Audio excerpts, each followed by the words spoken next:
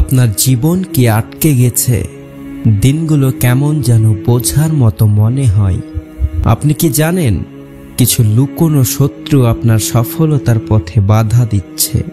এই শত্রুরা বাইরের নয়, বরং আপনার চারপাশে, এমনকি আপনার মনের ভেতর লুকিয়ে আছে। যদি এখনই এদের চিহ্নিত করে ব্যবস্থা না নেন, তাহলে আপনার স্বপ্নগুলো শুধু স্বপ্নই থেকে যাবে।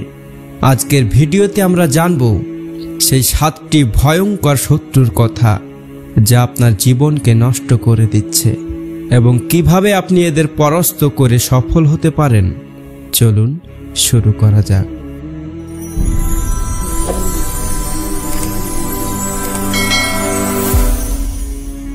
নাম্বার 1, ভয় ও সংশয়। ভয় আমাদের সবচেয়ে বড় শত্রু। নতুন কিছু করতে গেলেই ভয় আসে, আমি পারবো তো? সফল মানুষরা ভয়কে অনুভব করেও কাজ করে। আপনাকে সেই ভয়কে জয় করতে হবে। নাম্বার 2, অলসতা। পরে করব, এই অভ্যাসই আপনাকে ধ্বংস করছে। সফল হতে চাইলে প্রোঅ্যাক্টিভ হতে হবে। কাজকে দেরি করা মানে স্বপ্নকেও দেরি করানো। নাম্বার 3, নেতিবাচক মানুষ। কিছু মানুষ সব সময় আপনাকে নিচে নামাতে চায়, আপনার আত্মবিশ্বাস কমিয়ে দেয়। এই ধরনের মানুষদের এড়িয়ে চলতে শিখুন, নয়তো আপনার স্বপ্ন ধ্বংস হয়ে যাবে। নাম্বার 4, হতাশা ও আত্মসমর্পণ।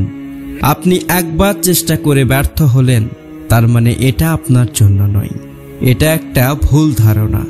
সব সফল ব্যক্তির গল্পই ব্যর্থতা দিয়ে শুরু হয়, কিন্তু তারা হাল ছাড়েননি। নাম্বার 5, সময়ের অপচয়। সোশ্যাল মিডিয়ায় ঘন্টার পর ঘন্টা সময় নষ্ট করা অবচেতনভাবে মূল্যবান সময় নষ্ট করে দিচ্ছে। সময় হলো সবচেয়ে বড় সম্পদ। সঠিক ব্যবহারের মাধ্যমেই আপনি সবার থেকে এগিয়ে যেতে পারবেন। নাম্বার 6, আত্মবিশ্বাসের অভাব। নিজেকে ছোট ভাবলে কেউ আপনাকে বড় ভাববে না। আত্মবিশ্বাসের অভ্যাস গড়ে তুলতে হবে। ছোট ছোট সফলতা অর্জন করে আত্মবিশ্বাস বাড়ান। নাম্বার 7, অজুহাত দেওয়া।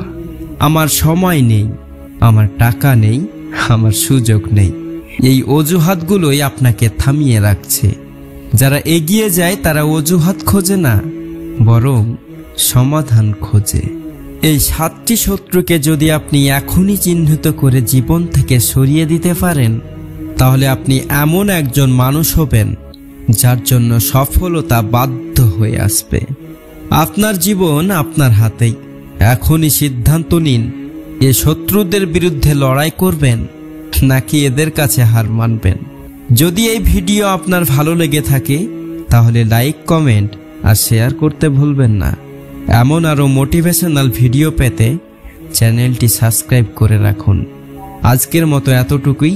দেখা হচ্ছে পরের ভিডিওতে। ততক্ষণ সবাই ভালো থাকুন, সুস্থ থাকুন।